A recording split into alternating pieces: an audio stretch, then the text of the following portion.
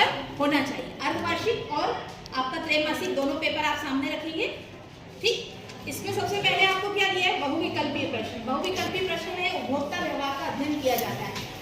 आपने अगर अपना सिलेबस देखा होगा तो सिलेबस में सेकंड यूनिट क्या बोल रही है आपको, उपभोक्ता के व्यवहार का अध्ययन। तो उपभोक्ता के व्यवहार का अध्ययन कहाँ किया जाता है, व्यष्टि अर्थशास्त्र। ठीक है, व्यष्टि अर्थशास्त्र में हम क्या करते हैं, उपभोक्ता के व्यवहार का अध्ययन करते हैं। उपभोक्ता का व्यवहार क्या है, जैसे उपभोक्ता क्या करता है, मांग करता है। उपभोक्ता क्या करता है, मांग करता है।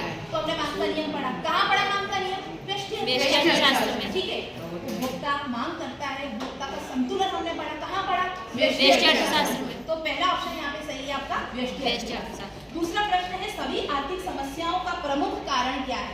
अब प्रश्न जो है वो आपका किससे जुड़ा हुआ है, आर्थिक समस्या से। किससे जुड़ा है, आर्थिक समस्या। आर्थिक समस्या क्यों उत्पन्न होती है, सीधी सी बात है। आपके ऑप्शंस जो दिए हुए हैं उसमें पहला क्या है, प्रचुरता। प्रचुरता का मतलब जो चीज बहुत मात्रा में उपलब्ध है। अगर कोई वस्तु जो है बहुत मात्रा में उपलब्ध होगी तो कोई आर्थिक समस्या उत्पन्न नहीं होगी। दूसरा कह रहा है सुविधा, सुविधा भी नहीं है। तीसरा कह रहा है दुर्लभता, दुर्लभता इसका सही आंसर है। इसका सही आंसर क्या है, दुर्लभता। दुर्लभता, दुर्लभता का मतलब होता है किसी चीज की कमी, वो क्या हो जाती है, दुर्लभ हो जाती है। इसके बारे में प्रोफेसर एडम स्मिथ ने एक सिद्धांत दिया है, आपको नहीं आएगा लेकिन समझने के लिए ठीक है। हीरा पानी विरोधाभास। क्या कहा है उन्होंने, हीरा पानी विरोधाभास। हीरा जीवन के लिए ज्यादा महत्वपूर्ण है या पानी, पानी। लेकिन महंगा क्या है, हीरा, क्योंकि हीरा क्या है, दुर्लभ। दुर्लभ, हीरा क्या है, दुर्लभ, इसीलिए उसकी कीमत क्या है, ज्यादा।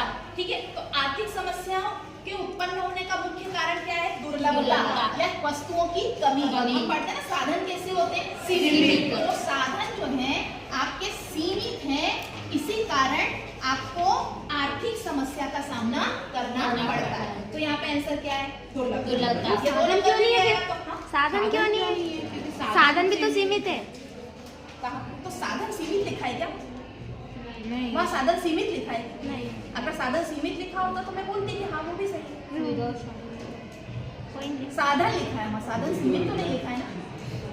तो दुर्लभता का मतलब क्या है, कमी। दुर्लभता के कारण ही आर्थिक समस्या आती है, समझ गए। अगर हमारे हाथ में अलादीन का चिराग होता तो कोई आर्थिक समस्या थी क्या, कोई नौकरी करने जाता, कोई सुबह उठता, जिसकी जब मर्जी थी जब उठना था, जो मर्जी थी वो खाना था, जहाँ मर्जी थी घूमना था। लेकिन हम ऐसा नहीं कर पाते क्योंकि हमारे पास साधन कैसे, सीमित। तो यहाँ सिर्फ साधन लिखा है, साधन सीमित नहीं लिखा है। ऑप्शंस को बहुत पेशेंस के साथ, बहुत धैर्य के साथ पढ़ना है आपको, जल्दबाजी में नहीं चढ़ना है।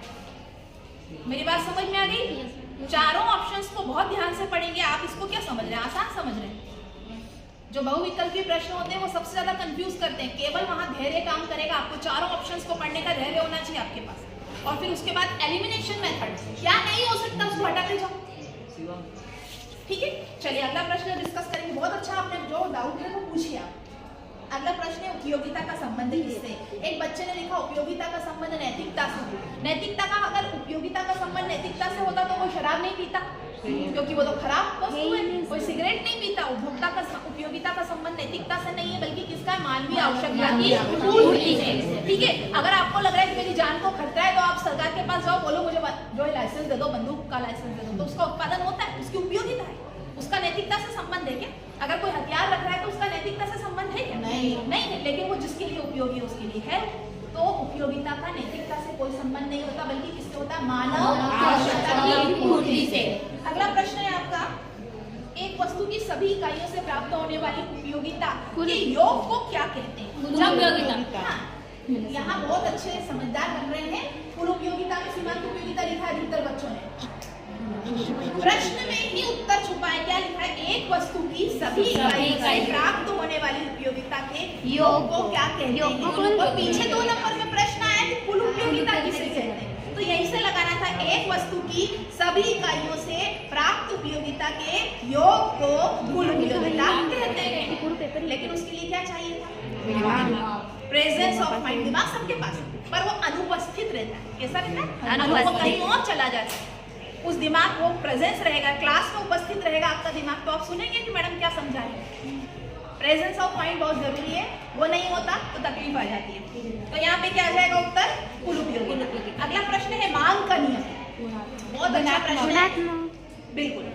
एक क्या कह रहा है, मांग का नियम मात्रात्मक कथन देता है, गुणात्मक कथन देता है, कीमत मांग कहता है, तिरछी मांग कहता है। यहाँ उन्होंने कहा है कि मांग का नियम कहा है, आप बोल रहे हैं मैडम गुणात्मक, मैं मानती हूँ गुणात्मक। गुणात्मक क्यों? क्योंकि मांग का नियम कहता है कि वस्तु की कीमत और उसकी मात्रा के बीच में कैसे संबंध होता है। अब कुछ महानुभाव ऐसे थे, कुछ वैज्ञानिक अर्थशास्त्री हमारी क्लास में थे जिन्होंने मांग के नियम में आय का भी जिक्र किया। यहाँ आय का कोई काम है क्या? नहीं। आपको यही नहीं पता कि मांग का नियम क्या बताता है। भाई मांग का नियम बोलता है कि कीमत और मात्रा, यहाँ दो ही चीजें हैं, दो ही कैरेक्टर है, तीसरा कैरेक्टर लाने की कोशिश मत करो मांग के नियम। मांग का नियम क्या कहता है? किसी वस्तु की कीमत और उसकी मात्रा के बीच में विपरीत संबंध होता है, लेकिन कब? जब अन्य बातें समान। तो सबसे पहले हाँ, क्या किसी ने बोला है यहाँ से? सही बोला। क्या बोला है उसको? सेटेरस पेरिबस बोला ना किसी ने। ये प्रश्न आएगा, मैंने कहा था मिथ्यावैधता का सिद्धांत आएगा, आया। और जो प्रश्न मैंने कहे आएंगे मैम, अभी नहीं आए। हाँ, प्रेम के बाहर होगी क्या? हाँ। नहीं मैम, नहीं। चलिए, मेरी बात समझ में आई यहाँ पे कि मांग का नियम क्या कहता है? किसी वस्तु की कीमत और उसकी मात्रा के बीच में विपरीत संबंध पाया जाता है, अन्य बातें समान रहने है। पर। जगह दो। ठीक है। अब ये कैसा संबंध बता रहा है? गुणात्मक। कैसा संबंध बता रहा है? ये गुणात्मक संबंध बता रहा है कि इनके गुण ऐसे। मात्रा बता रहा है? नहीं। मात्रा बताता है मांग की लोच, कि किसी वस्तु की कीमत कितनी कीमत बढ़ने पर कितनी मांग घटेगी। ऐसा तो नहीं बताता मांग का नियम, वो तो केवल ये बताता है कि ये इस तरफ जाएगा तो ये उसके अपोजिट डायरेक्शन में जाएगा। इसलिए हमारा जो मांग वक्र है उसका ढाल कैसा होता है? ऋणात्मक। तो ये कैसा बताता है? गुणात्मक संबंध बताता है। अगला प्रश्न है आपका, ऐसी वस्तुएं जिनका एक दूसरे के बदले प्रयोग किया जा सकता है। यही पीछे प्रश्न 2 नंबर का आया। हाँ। 2 नंबर का प्रश्न इसी पेपर में आया है। वो यही देखना चाहते हैं कि ये जो बच्चा है वो कितने ध्यान से और कितने अच्छे से अर्थशास्त्र को जानता है। क्या कहा है? ऐसी वस्तुएं जिनका एक दूसरे के बदले प्रयोग किया जा सकता है, एक दूसरे के स्थान पे प्रयोग किया जा सकता है, उसे हम क्या कहते हैं? स्थानापन्न वस्तुएं कहते हैं। ठीक है। अब स्थानापन्न वस्तुएं जब कहते हैं तो उनका उदाहरण में आप एक जगह तो लिखते हैं चाय और कॉफी, और उसके जस्ट नीचे आप लिखते हैं कार और पेट्रोल। ऐसा क्यों कर रहे हैं? लिखा है, मैं कॉपी दिखा दूंगी, कार और पेट्रोल कैसी वस्तुएं हैं? पूरा तो वहां क्यों लिखना है उदाहरण? ठीक है, ऐसा नहीं करना है, बिल्कुल ऐसे फ्लो में नहीं कि चलो हमने इधर बोला कि चाय और कॉफी, दूसरा लिख दिया कार और पेट्रोल। ऐसा नहीं करना है। स्थानापन्न वस्तुओं में आप क्या लिखेंगे? चाय और कॉफी लिखेंगे या गुड़। ठीक है। हाँ, पेप्सी और कोका कोला आप लिख सकते हैं, जिनका हम एक दूसरे के स्थान पे प्रयोग। और मन से कोई नया वो मत लिखना, क्योंकि आप जब ज्यादा दिमाग चलाते हो तो वो भी गड़बड़ हो जाए। अगला है ऐसी वस्तु, ये हो गया। अभी तक कोई डाउट था आपको यहाँ पे? No ma'am. अगला है रिक्त स्थानों की पूर्ति कीजिए। क्या है? रिक्त स्थानों की पूर्ति कीजिए। एक साधन की एक इकाई, साधन कौन सा है? उत्पत्ति का साधन। साधन की एक इकाई बढ़ाने से उत्पादन में होने वाली वृद्धि। तो एक इकाई कौन सी? अतिरिक्त इकाई। एक अतिरिक्त इकाई को हम क्या कर रहे हैं? बढ़ा रहे हैं। तो एक अतिरिक्त, जब भी एक अतिरिक्त आता है तो सबसे पहले वो जान लो वो क्या है? सीमांत। ठीक है, इतना तो हम समझ गए वो क्या है? सीमांत। एक अतिरिक्त इकाई बढ़ाने से कुल उत्पादन में होने वाली वृद्धि। तो उत्पादन की बात हो रही है, तो सीमांत उत्पादन उत्तर आ गया। अब किसी ने जिसकी जो इच्छा हुई वो लिखा है। बच्चों ने लिखा है सीमांत उपयोगिता, किसी ने जो लिखना है वो लिखा है। तो सही है कि नहीं? सही रहेगा। गलत हो गया। उपयोगिता उपभोक्ता से जुड़ी हुई है। हाँ सही है। अगर आपने उपयोगिता लिखा तो मैं वहाँ क्रॉस कर दूंगी। उपयोगिता किससे जुड़ी हुई कंसेप्ट? उपभोक्ता से। यहाँ उत्पादन की बात हो रही है। उत्पादन कौन करता है? उत्पादक। अब इसमें क्या तकलीफ है? जब सीमांत उत्पादन एक इकाई, एक साधन की एक इकाई बढ़ाने से कुल उत्पादन में जो वृद्धि होती है वो क्या कहलाती है? सीमांत उत्पादन। समझ में आ गया कहाँ गलती कर रहे हैं? अगला प्रश्न है पैमाने के प्रतिफल का संबंध दीर्घकाल से। आपको समझाया था कि परिवर्तनशील अनुपातों का नियम किससे संबंधित है? अल्पकाल। और पैमाने के प्रतिफल किससे संबंधित है? दीर्घकाल से। ठीक है।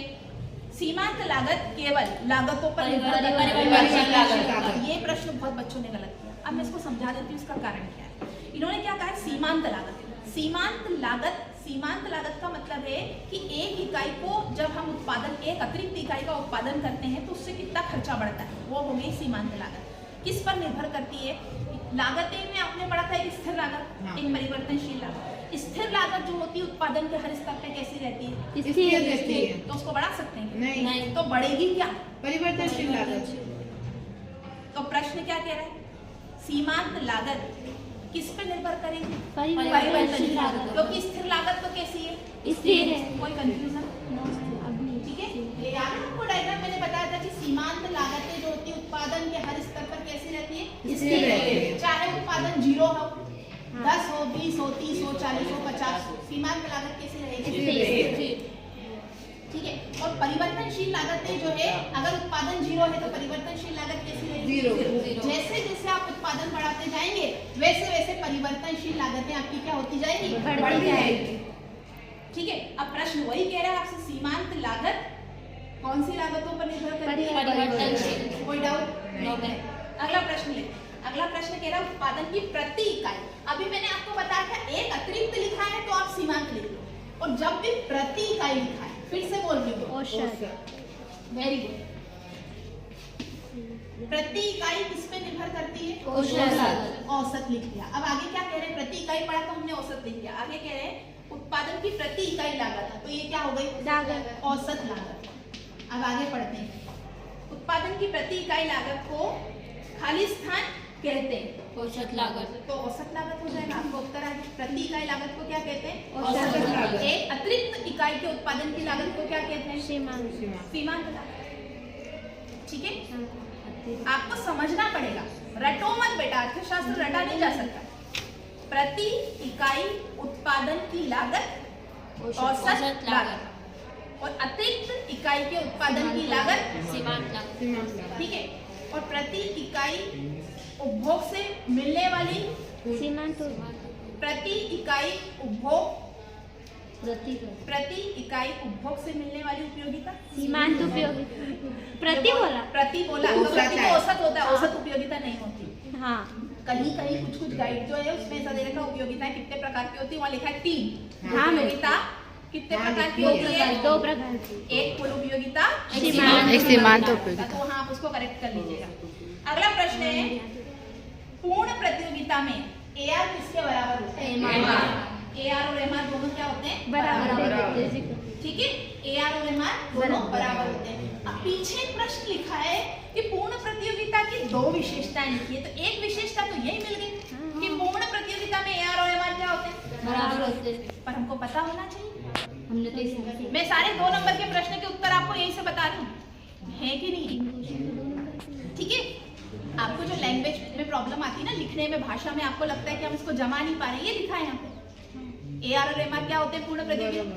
एक बच्चा मेरे पास आया, मैडम आपने तो पूर्ण प्रतियोगिता लिखा है, यहाँ तो प्रश्न में पूर्ण प्रतिस्पर्धा लिखा है। तो अब मैं हिंदी भी पढ़ा देती हूँ कि प्रतिस्पर्धा का मतलब भी प्रतियोगिता होता है। और आपको बहुत ज्यादा समस्या है तो इंग्लिश में एक ही चीज लिखी हुई आएगी, कॉम्पिटिशन, परफेक्ट कॉम्पिटिशन। ठीक है, चलिए अगला प्रश्न देखते हैं हम। अगला प्रश्न कह रहा है आपसे कि सीमांत संप्राप्ति। अब आप सोचोगे संप्राप्ति क्या होता है, तो आप नीचे इंग्लिश में देखिए रेवेन्यू का मतलब आय ही होता है। हिंदी में कभी आय लिखा आएगा, कभी आगम लिखा आएगा, कभी संप्राप्ति लिखा आएगा, लेकिन उसी प्रश्न को जब आप यहाँ इंग्लिश में देखेंगे तो क्या लिखा है? रेवेन्यू का मतलब होता है RMRAR। ठीक है, पढ़ाया था ना, वही रेवेन्यू मतलब आय, समझ गए? तो सीमांत संप्राप्ति खाली स्थान संप्राप्ति की परिवर्तन की दर। अब परिवर्तन की दर हमेशा कौन है ध्यान रखना। अभी मैंने आपको बोला था कि अगर कहीं भी एक अतिरिक्त लिखा है, अभी क्या बोला था मैंने? एक अतिरिक्त लिखा है, तो वो क्या है? सीमांत।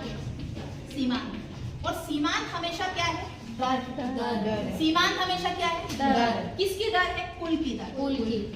कुल की दर को क्या कहते हैं? सीमांत। अगर ये सीमांत लागत है तो ये कुल लागत की दर है। हाँ। और अगर ये सीमांत उपयोगिता है तो ये कुल उपयोगिता की दर है, समझ गए? हाँ। और अगर ये सीमांत आगम है तो ये कुल आगम की दर है। समझ में आया? तो यहाँ पे क्या आएगा उत्तर में? आप सीमांत संप्राप्ति, कुल संप्राप्ति में परिवर्तन की दर। कुल संप्राप्ति मतलब कुल आय। कुछ तकलीफ है अभी भी और समझाऊं? कुछ तकलीफ है और समझाऊं? इसको याद कर लो तो ज्यादा बेहतर है। आप देखते हैं ना कि हम कुल जो होती है कुल उपयोगिता, उसमें नीचे वाले नंबर में से ऊपर वाले नंबर को माइनस करते जाते तो सीमांत निकल जाता है। उसकी दर ही तो है। सीमांत क्या है? दर है। किसकी? कुल की। कहीं पे भी आए तो सीमांत कुल की क्या है? दर।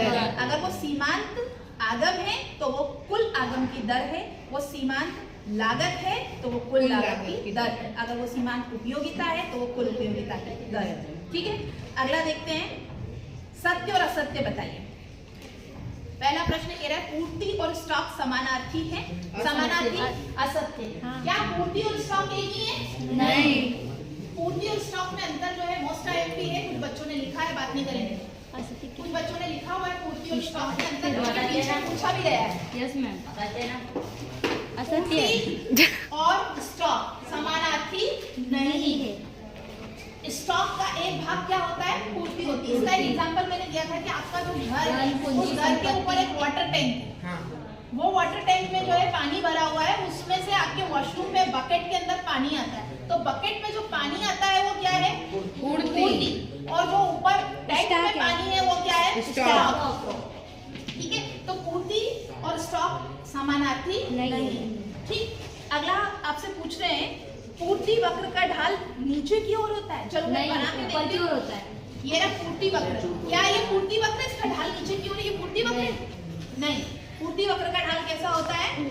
ऊपर की ओर। क्यों होता है ऊपर की ओर? क्योंकि वो धनात्मक होता है। धनात्मक क्यों होता है? होता तो है, क्यों होता है?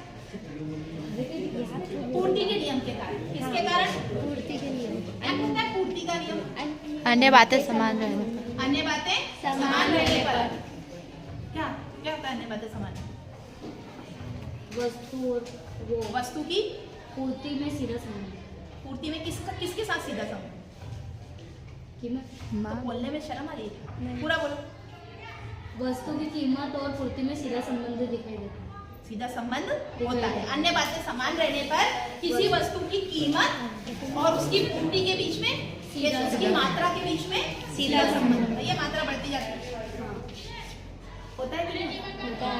आपका खेत है, उस खेत में आप जो है 2 फल उगा सकते हैं। आप ऑरेंज उगा सकते हैं और आप स्ट्रॉबेरी उगा सकते हैं। और आपको पता चला स्ट्रॉबेरी बाजार में बहुत महंगी बिक रही है, तो आप क्या करेंगे? स्ट्रॉबेरी लगाएंगे। हाँ, तो कीमतें बढ़ी तो पूर्ति क्या बढ़ गई? पूर्ति भी क्या हो गई? बढ़ गई ना। तो दोनों के बीच में कैसा संबंध है? सीधा संबंध है। अब मैं कितना भी बोल दूं, 3 बार बोल दूं, 4 बार बोल दूं, जब तक आप लिखकर और बोलकर नहीं देखेंगे कि पूर्ति का नियम क्या कहता है? वस्तु की कीमत और वस्तु की मात्रा के बीच में सीधा संबंध होता है। अन्य बातें समान है। सुनने में बहुत आसान लग रहा है, लिखते आप लोग हो नहीं। अभी पता नहीं कहां से यहाँ आए भी आ जाएगी, पता नहीं क्या क्या, जो तुम्हारी मर्जी में आता है ना, फिर वो लिखते हो तुम। अगला प्रश्न,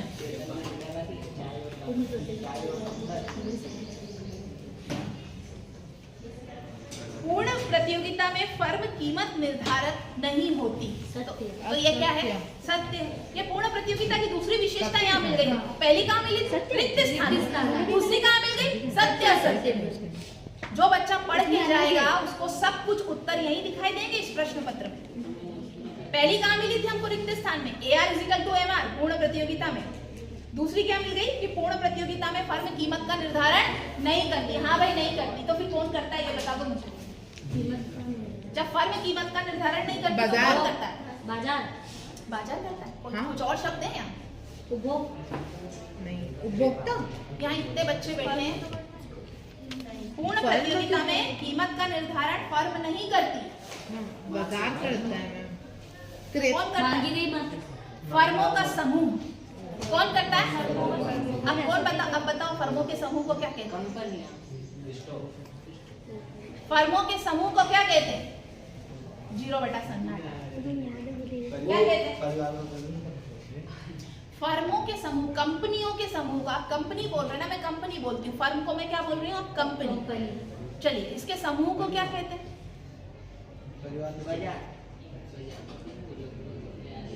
उद्योग। ये मैंने बताया था कि नहीं बताया? है कि नहीं मैंने आपको? फर्मों के समूह को क्या कहते हैं? उद्योग कहते हैं। ये एक बाजार है, ये क्या है? बाजार। इसमें बहुत सारी क्या है? फर्में। ये सारी फर्में मिलके क्या बनती है? उद्योग। उद्योग। तो फर्मों के समूह को क्या कहते हैं? उद्योग।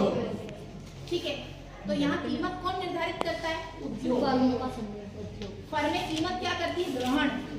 फर्में कीमत क्या करती है? ग्रहण। और निर्धारित कौन करता है? उद्योग। समझ गए? अब ये जो फर्में हैं, ये जो कंपनियां हैं, ये जो कंपनियां हैं, ये सब कंपनियां एक ही वस्तुओं का उत्पादन कर रही हैं। कैसी वस्तु का? अगर कोई फर्म है, एक इंदौर में है, उज्जैन में है, या एक जो है बागली में है, तो इस तरीके की जो फर्में, सारी फर्में अगर किसका उत्पादन कर रही? सूती कपड़े। सूती कपड़े। तो सूती कपड़े का उत्पादन करने वाली फर्में देश में जहां भी होगी, वो किसका भाग होगी? उद्योग। और उद्योग का नाम क्या होगा? सूती कपड़ा उद्योग। चीनी उद्योग, सीमेंट उद्योग, सूती कपड़ा उद्योग। पढ़ा है कभी न्यूज़पेपर में? या कभी न्यूज़ गलती से सुन ली हो, कान में चली गई हो, तो भाई वो बोल रही हो न्यूज़ रीडर कि उद्योग है कपड़ा उद्योग। कपड़ा उद्योग का मतलब ऐसी सारी फर्में उसका भाग होंगी जो किसका उत्पादन कर रही है? कपड़े का। बात समझ में आ गई? अभी आप बोल रहे थे बाजार, तो मैंने बाजार के लिए मना क्यों करा? क्योंकि बाजार में अलग अलग उद्योग होते हैं। बाजार में क्या होते हैं? अलग अलग उद्योग। और उद्योग उन फर्मों का समूह होता है जो कैसा उत्पादन कर रही है? एक ही वस्तु का उत्पादन कर रही है। उद्योग फर्मों का समूह होता है और वो सभी फर्में क्या कर रही होती हैं? एक ही वस्तु का उत्पादन कर रही होती है। ये बात समझ में आ गई आपको? अगले प्रश्न पे चलते हैं। बाजार मूल्य दीर्घकाल बाजार में पाया जाता है, तो ये गलत है। बाजार मूल्य जो है वो अल्पकाल में पाया जाता है। ठीक है, अगला है सामान्य कीमत स्थिर होती है। सामान्य कीमत जो है स्थिर होती है। तो सामान्य कीमत वही होती है जो कि क्या होती है? स्थिर होती है। ठीक है, अगला देखते हैं हम। अगला है आपका जोड़ियां बनाइए, जिसमें बहुत सारे आपने गलत किए हैं। जोड़ियां बनाने का जो होता है, उसमें सबसे पहले आप जब जोड़ी बनाते जाते हो तो जो बच जाते हैं उनकी जोड़ियां बनाने में आपको बहुत केयरफुली देखना पड़ता है। जैसे जीडीपी दे रखा है, जीडीपी सकल घरेलू उत्पाद, तो एक तो हो गया आपका। केंद्रीय बैंक देश का सर्वोच्च बैंक होता है, ये भी अधिकतर बच्चों ने सही किया है। यहाँ पर वस्तु विनिमय, वस्तु विनिमय में मुद्रा के रूप में हम किसका प्रयोग करते हैं? वस्तु मुद्रा का। दोहरे संयोग का नहीं। एक मिनट देखिए, पहला हम लाइन से करते हैं। सकल घरेलू उत्पाद का क्या आ गया? जीडीपी। अब मुद्रा विकास का प्रथम चरण, जब मुद्रा का विकास हो रहा था तो सबसे पहले मुद्रा किस रूप में थी हमारे पास? किस रूप में थी? वस्तु मुद्रा के रूप में। Very good. मुद्रा का आकस्मिक कार्य, ये अधिकतर बच्चों ने गलत करा, ये अधिकतर गलत करा। इसको अपन होल्ड करते हैं, फिर आप बताइएगा इसका आंसर क्या है। केंद्रीय बैंक देश का सर्वोच्च बैंक। व्यापारिक बैंक क्या कहते हैं? जमायत स्वीकार। कुछ बच्चों ने ये भी लिखा है कि केंद्रीय बैंक जमायत स्वीकार करते हैं। केंद्रीय बैंक जमायत स्वीकार नहीं करते, वो सर्वोच्च बैंक। अब वस्तु विनिमय, तो वस्तु विनिमय दोहरे संयोग की आवश्यकता होती है। अब क्या बचा? मुद्रा का आकस्मिक कार्य, शोधन क्षमता की गारंटी। तो मुद्रा का आकस्मिक कार्य क्या बचा? शोधन क्षमता की गारंटी। तो ये आपकी जोड़ियां भी हो गई। एक वाक्य में उत्तर दीजिए। मुद्रा गुणक का सूत्र, गुणक मैंने आपको नहीं पढ़ाया है, मैं एक्सेप्ट कर रही हूँ। एक गुणक का प्रश्न पीछे भी आया है, वो मैं आपको समझाऊंगी, तब इसका सूत्र भी बताऊंगी। अगला है सीमांत बचत प्रवृत्ति क्या होती है? सीमांत बचत प्रवृत्ति, बचत किसका भाग होती है? वेरी गुड, आय का। आय का। बचत किसका भाग होती है? आय का। आय के दो भाग होते हैं, आप सब जानते हैं। y = c + s। आय के दो भाग होते हैं, या तो आप क्या करेंगे? उपभोग करेंगे, और क्या करेंगे? बचत करेंगे। ठीक है, तो इसी आय को जब हम दो भागों में देखते हैं तो दो प्रकार की प्रवृत्तियां भी होती हैं। इसको बहुत अच्छे से पढ़ लेंगे आप लोग। बड़ी आय का दो भाग उपभोग कर किया जाता है। y = c + s। ठीक है सब? अब प्रवृत्तियां भी दो प्रकार की होती है। सी मतलब होता है उपभोग, तो एक होती है उपभोग प्रवृत्ति। क्या होती है? उपभोग प्रवृत्ति। चेतन सानिया। और एक होती है बचत प्रवृत्ति। दूसरी क्या होती है? अब उपभोग प्रवृत्ति भी दो प्रकार की होती है। उपभोग प्रवृत्ति भी दो प्रकार की। एक होती है औसत उपभोग प्रवृत्ति।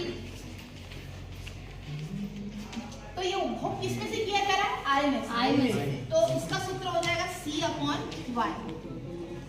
उपभोग किस में से किया जा रहा है? आय में से। दूसरा होता है सीमांत उपभोग प्रवृत्ति। तो सीमांत का मतलब होता है जो परिवर्तन होता है, तो बढ़ी हुई जितनी आय बढ़ेगी या कम होगी उसके हिसाब से उपभोग में जो परिवर्तन होगा। तो यहाँ अभी आप जो बोल रहे थे कि del C/del Y, आय बढ़ने का उपभोग पर जो असर होता है उसको हम del C/del Y। तो ये हो गई आपकी उपभोग। दूसरा हम देख रहे हैं बचत प्रवृत्ति। बचत प्रवृत्ति भी मैं यहाँ बता ही देती हूँ आपको, ये भी दो प्रकार की होती है। पहली होती है बचत प्रवृत्ति। अगली कौन सी होती है आपकी? सीमांत बचत प्रवृत्ति। औसत बचत प्रवृत्ति। बचत हम किसमें से, ये बचत जो हो रही है किसमें से हो रही है? आय में से। तो S/Y। मान लीजिए आपकी 100 रुपए आए हैं, उस 100 रुपए में से आप 2 रुपए बचा रहे हैं, तो ये आपकी क्या है? औसत बचत प्रवृत्ति। ठीक है। अब आय आपकी 100 रुपए से बढ़कर 150 रुपए हो जाती है। तो ये 1 मिनट बस 1 मिनट। आय आपकी 100 रुपए से बढ़कर 200 रुपए हो जाती है, तो आपके आय में वृद्धि कितनी हुई? 100। क्योंकि 100 से बढ़ के कितनी हो गई? 200। तो आय में वृद्धि कितनी हुई? 100। ठीक है। और अगर पहले हम 2 रुपए कर रहे थे, अब हम 4 कर रहे हैं, तो यहाँ क्या आ जाएगा? 4। तो इस तरीके से आप क्या निकाल पाएंगे? सीमांत बचत प्रवृत्ति। तो ये होता है del S/del Y। ये आपकी हो गई। अगला प्रश्न आपका है सीमांत उपभोग प्रवृत्ति का। सीमांत उपभोग प्रवृत्ति का सूत्र लिखिए। तो आपने देख लिया सूत्र। कौन सा निवेश आय के प्रति लोचपूर्ण होता है? प्रेरित निवेश। ये मैंने क्लास में आपको पढ़ाया था। एक होता है वास्तविक निवेश जो कौन करती है? सरकार। और एक होता है प्रेरित निवेश जो कौन करता है? निजी क्षेत्र। ठीक है। निजी क्षेत्र कैसा निवेश करता है? प्रेरित निवेश करता है। ठीक है। प्रोफेसर कीस ने सरकार से कहा था ना कि आप क्या करिए? निवेश करिए। आप निवेश करेंगे तो निजी क्षेत्र भी क्या करेगा? निवेश करेगा। इसका एक उदाहरण मैंने दिया था कि अगर सरकार कोई रेलवे स्टेशन ओपन कर देती है, बागली में आ जाता है railway station, railway station Bagli में आएगा, सरकार निवेश करेगी तभी आएगा, बिना निवेश के नहीं आएगा।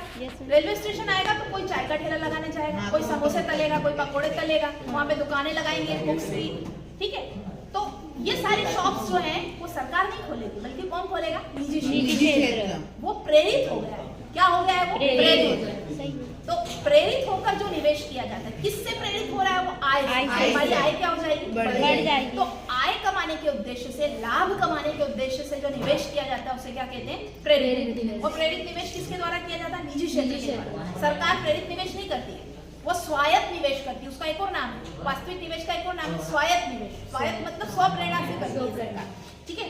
अगला है कौन? ये हो गया विश्व में मंदी किस वर्ष में आई थी? 1929। कुछ लोग 1900 की जगह 12 लिख रहे हैं, कोई 13 लिख रहे हैं, ऐसा मत करो। 1929-30 में आर्थिक एजेंट कौन होते हैं? तो आर्थिक एजेंट होते हैं जो आर्थिक क्रियाओं में भाग लेते हैं, वो आर्थिक एजेंट होते हैं। आर्थिक क्रियाएं उत्पादन, उपभोग, विनिमय, वितरण, राजस्व। 5। अगला है उपभोग फलन का समीकरण लिखिए। उपभोग किसका आय होता है? देखो अभी मैं बता रही हूँ उपभोग किसका फल होता है? आय का। जिसकी आय होगी वही तो उपभोग करेगा। ठीक है। आय नहीं होगी तो उपभोग होगा क्या? नहीं होगा। फिर कटोरा होगा ये लाओ दे दो। ठीक है। भगवान के नाम पे या जो भी। तो हम क्या कर रहे हैं? उपभोग किसका फलन है? आय का। ये इसका सूत्र समीकरण, ये इसका समीकरण। यहाँ आपके बहुविकल्पी प्रश्न खत्म होते हैं।